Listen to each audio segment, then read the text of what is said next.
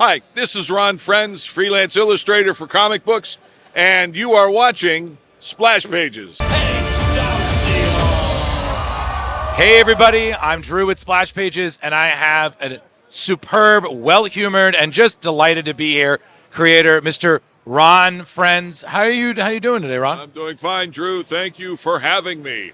The pleasure's all mine, sir. So one of the things that I definitely wanted to ask you about was the kid who collects Spider-Man. Yes. An Amazing Spider-Man issue 248 was in the 80s, 90s, something like that.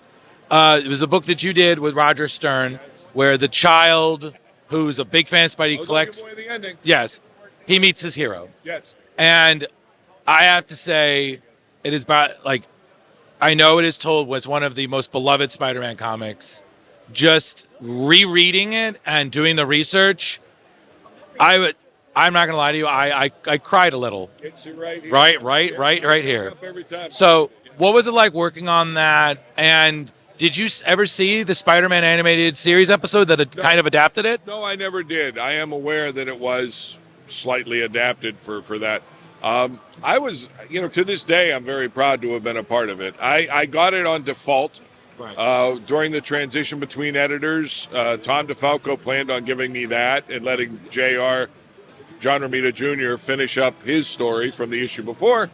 But we weren't sure if Danny Fingeroth was going to make the call, so he did. He gave it to me. Right. It was very intimidating because as I read it, it was all on the page, right? It's all Roger Stern. Right.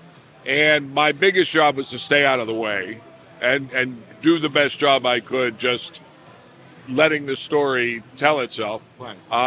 I did, my one contribution was I was concerned that since there's not a lot of Spider-Man action in it, Right. that you saw Spider-Man just standing there interacting with the kid. Right. And to do that, I actually went back, which I often do when I'm working on a classic character, is go back and look at the original artist on it, in this case Steve Ditko, Right. and really tried to capture some of his attitude and vibe of the character just as he stood there in his suit. Right. So he wouldn't just be an action figure in spandex, Right. but actually be Spider-Man in every shot.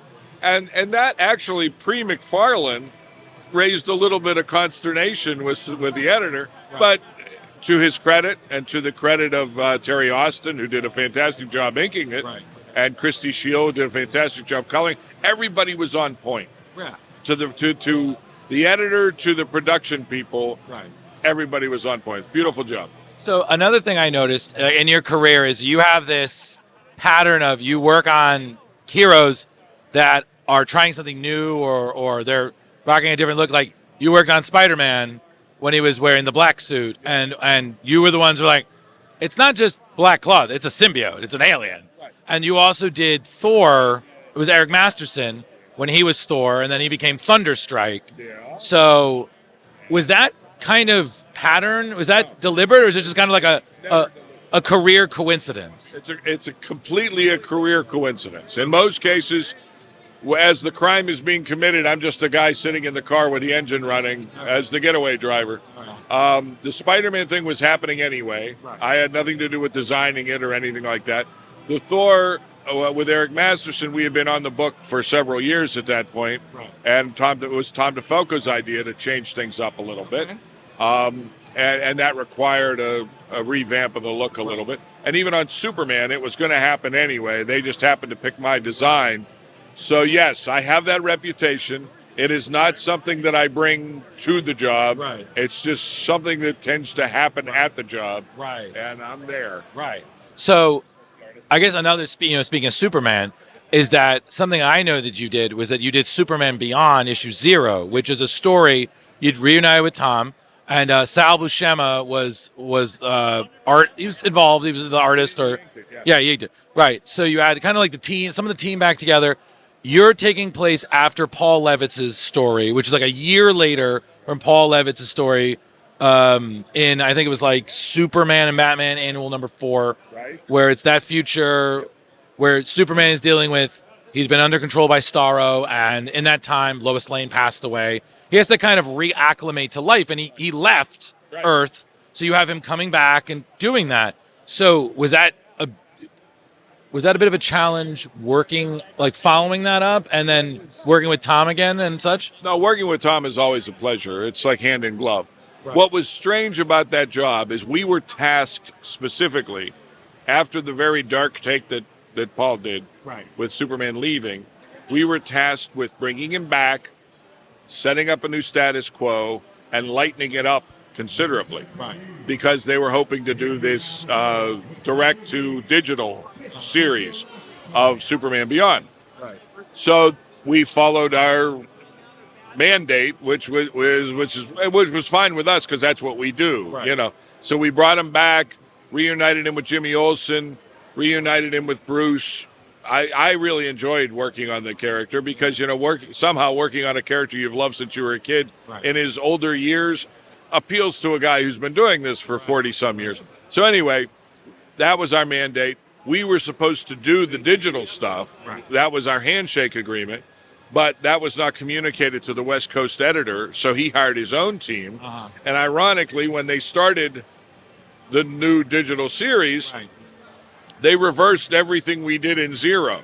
Right. He took on a different secret identity after reestablishing Clark Kent, and he took on a different job, and he also became, in our story, he was kind of getting out of his funk and reconnecting with Earth, and then suddenly in the digital stories, he was back standing in the fortress feeling sorry for himself and in a terrible, terrible funk. Right. So Superman Beyond #0 is this weird artifact where I'm not sure anybody read it, including the editors and the people that were working off of it, that kind of thing. But it was fun to do. We loved it. Yeah. So the just last question is that you and Tom, you guys co-created Mayday Parker, Spider-Girl. We did. And, it was the book that you didn't expect, and it became an ongoing series. You wrote all these issues. You got to work with a slew of great art creators. And you got to witness kind of her big on-screen debut in Beyond the Spider-Verse, where, still a baby, but still counts. Yeah. So how did that feel, kind of contributing to that in a way? It's great. Anytime a character breaks out, that's wonderful. We've had a little bit of experience. They used, when they created the two generations in Ant-Man, the name Hope Pym was taken from our A-Next series that was set 16 years in the future. So we've gotten a couple of screen credits for that kind of thing. I haven't seen the new Spider-Verse movie yet. I intend to, because I really, really enjoyed the first one. Right. But it's flattering, and given that Spider-Gwen kind of sucks up a lot of the oxygen these days, it's nice to be remembered and to be connected to the Spider-Man character. So, if it leads to something else, that would be wonderful. If she shows up in the sequel, that'd be great. Right. Anytime a character catches on with other creatives, it's very flattering. A lot of the villains we created in Spider-Man resonated with some of the other writers. DeMatteis did some wonderful stuff with Puma. And, it's very flattering, very humbling. Great. Well, thank you so much for taking the time. I really do appreciate it. Everybody, keep touch for what we're doing here with Splash News. We got a lot of great content, and stay tuned.